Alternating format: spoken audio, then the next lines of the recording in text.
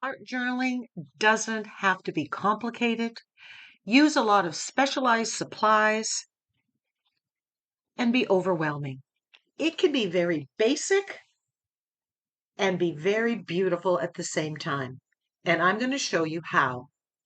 So I am using my prompt from my Pick a Prompt pack. The link to this is in the description box. Starting with a prompt gets you started, and an object in motion stays in motion.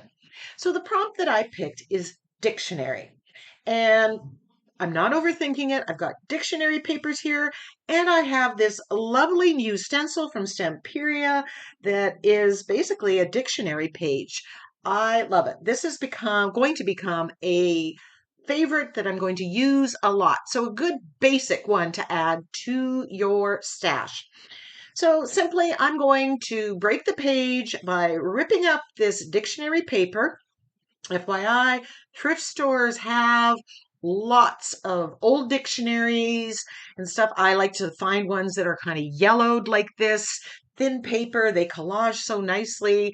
So check that out, or check your shelves. So I'm just ripping those up and I'm gluing them down with fluid matte medium. Now I'm working in a composition book here. The page, while I typically gesso, I didn't even gesso it first because, well, I'm applying the fluid medium to glue all this book paper, dictionary paper down, and I don't need it to be gessoed. But if your page is gessoed, speaking of gesso, here I'm coming in and I'm just adding some gesso. I'm softening the edges, blending this together, kind of pushing the dictionary paper back a little bit.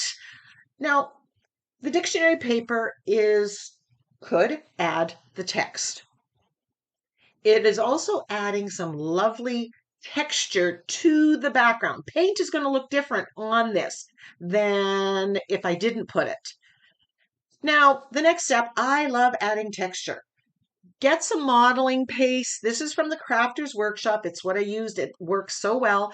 I apply it to a key card with my palette knife, and then I use the key card to go through the stencil. Now, you're not going to really be able to see where this modeling paste is because I've kind of got a white background and white modeling paste, but I will bring out the texture later. And I always like to bring out the texture. Otherwise, why add it? So we've added texture with the dictionary paper, and we're adding texture with this modeling paste through this very fine stencil. This is the first time I've used the stencil. I loved it when I saw Vicki using it, and I love it even more after using it on this page. And like I said, it is a good basic stencil that you would get a lot of use from. And if you're starting out, that's really important. So you want to make sure that the modeling paste dries. Now I'm adding color. Now, I'm going to admit, I sat there for a good long time looking at all my paints, trying to decide what color I wanted to use. I, at this point, did not have a focal point in mind. I did not know where I was going with this. And then I simply grabbed two yellows, yellow oxide, which is the darker yellow, and Naples yellow. It's a nice soft yellow, and I'm putting that on. Now, depending if it's landing on the gesso page or the gel medium over the dictionary paper, it looks different. It's building in those variations without me really doing too much. So I'm just kind of putting these colors on, blending it out, and I'm loving, the movement that's there. I'm using a makeup sponge to apply the paint, which is, I would say, 90% of the time, that's what I do. Then I decide, I'm going to add a little bit of orange here. This is Artist Loft brand orange. And I'm just adding a little bit. Oh, this is becoming very rich. I'm in the warm color zone. It's very, very rich. And even though, on Vancouver Island, we have spring, this looks more like fall. Not where I planned or thought I was going, But you know what? The page wants what the page wants. So there it is. I'm just adding a little bit more to it. Then I add some brown onto the blending foam, Ranger's blending foam. And I'm just going over the modeling paste that I had put through the stencil. Having a little bit of problem here, I reattached the blending foam and I'm just lightly going over because I want to bring out that texture, that dictionary texture. I'm doing a very, very light hand. These blending foams are from Ranger.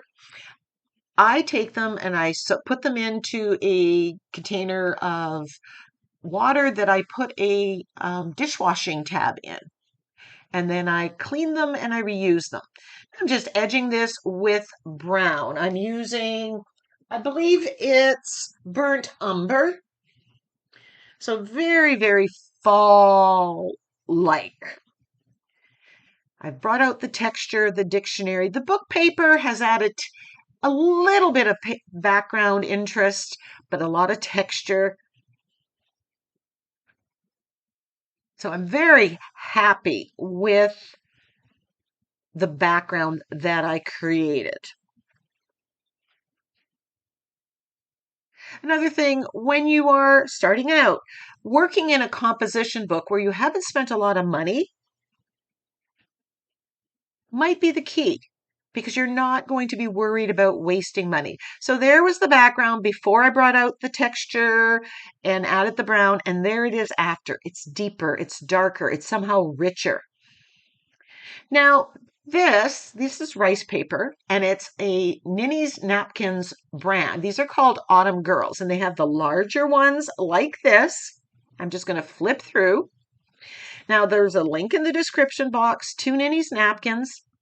You can check these out. She also has Women of the World rice papers that are absolutely gorgeous.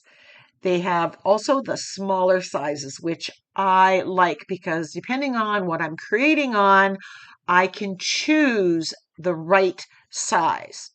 So I'm thinking the smaller size works. So now I'm going to take this rice paper and I'm just going to cut these apart. That's going to allow me to put it on the page, experiment, really decide where it's going to go. I've always said you need to release the focal image from the napkin that it's on or the rest of the stuff that is with it.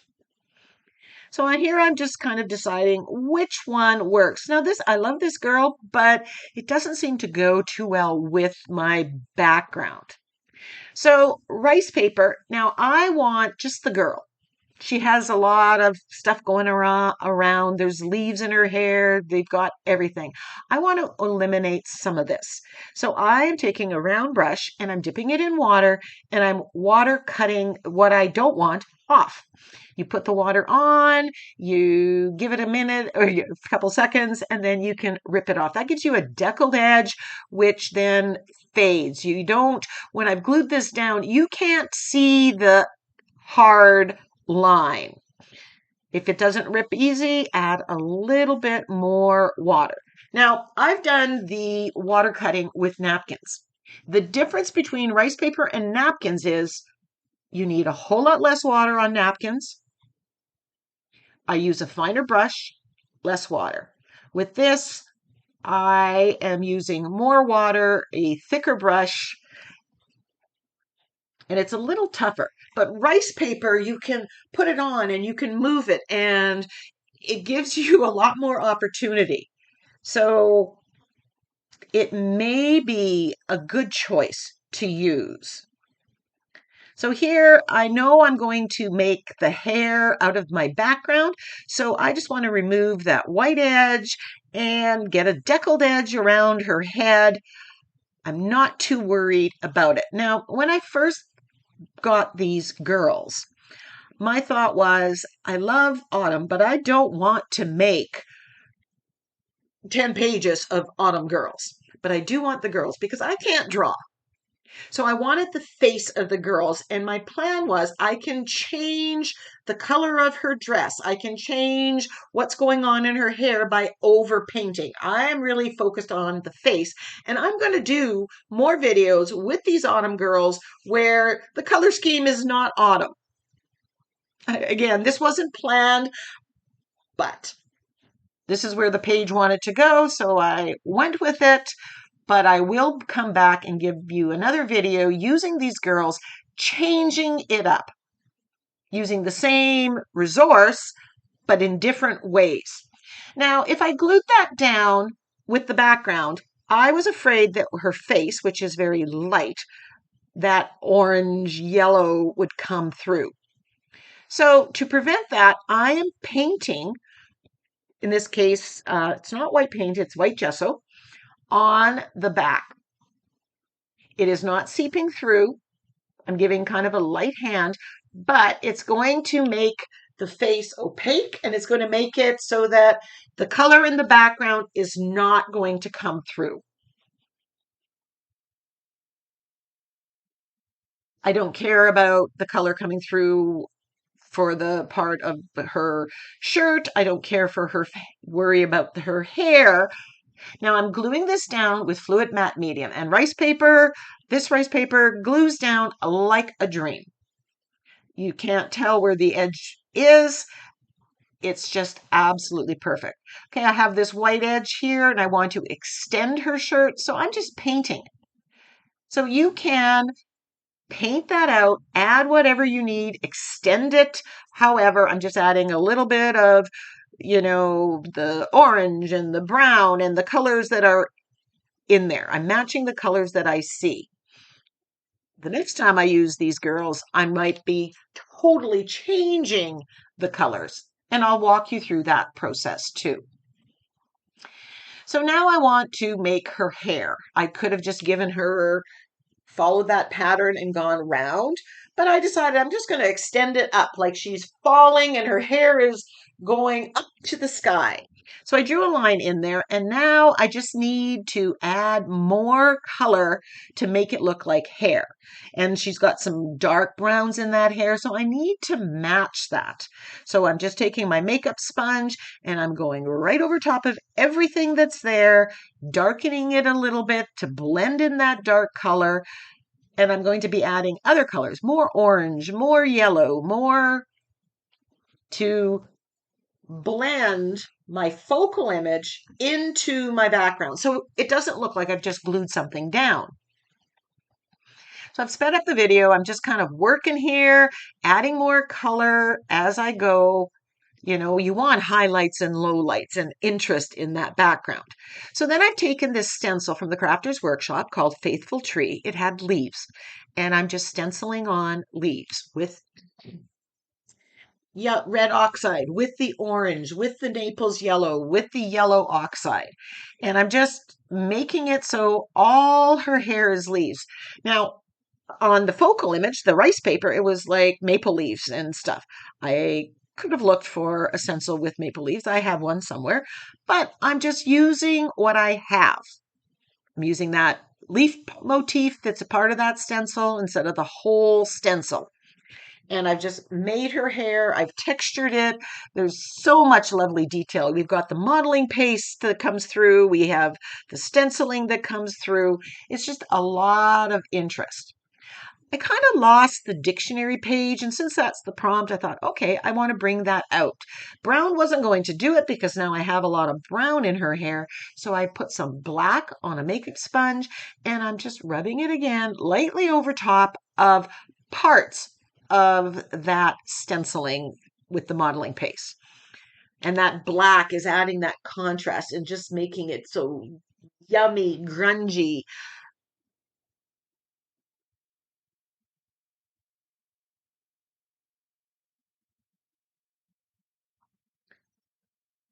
Now I'm adding some shading to outline the hair. I'm using black acrylic paint, my angle brush, using my shading technique that you've seen me use time and time again. And I'm going to go around her body. This just accentuates the focal image and makes it stand out from the background. And you need to do that, especially when your background is the same colors as the focal image, as it is here. Very autumny, very warm colors. Adding some lines to her shirt, just making it all blend together.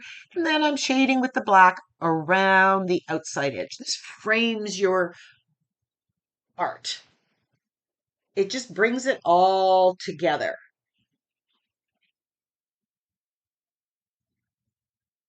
And again, a basic step.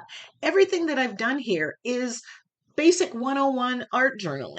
It isn't extravagant. It isn't difficult. And depending on your focal image and that, you're going to get different results.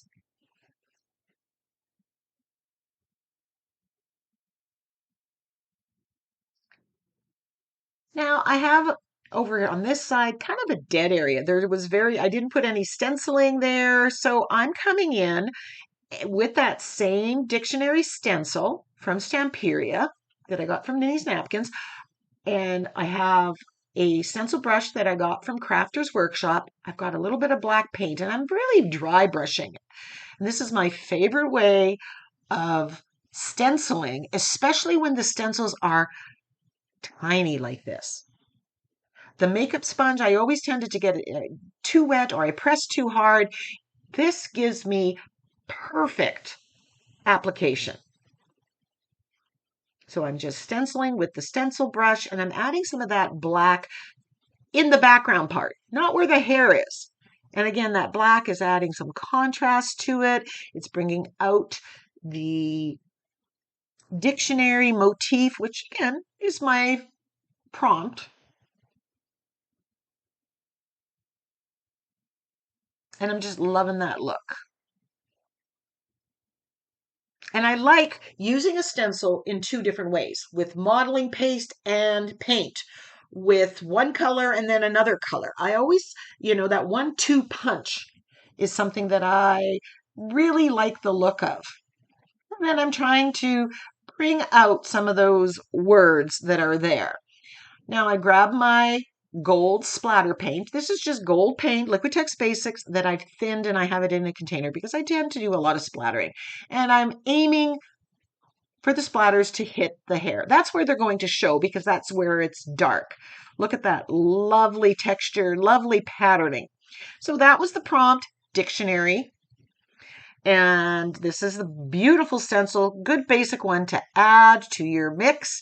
And these are Autumn Girls. So if you're interested, go to Ninny's Napkins. The link is in the description box. You can find all those things as well as the beautiful napkins that she carries. Here are some close-ups of the finished page. I hope you do something similar. I hope you have learned something. Let me know in the description box or in the comment section. Until next time, go get creative.